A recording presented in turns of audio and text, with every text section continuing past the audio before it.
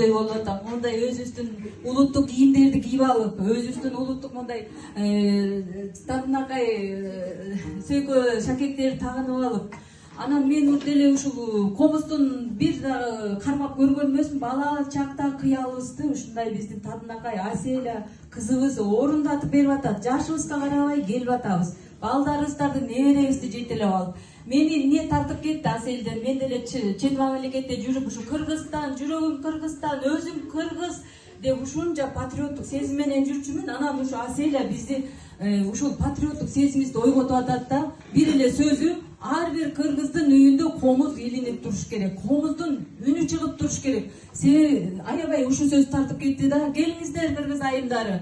Биз ушу кыргыз экенибизди унутпай, Кыргызстандын жаран экенибизди унутпай, ушундай татынакай бактылуу эне болобуз. Бактылуу тайэне, чоң эне болобуз. Өзүбүз кенеде эми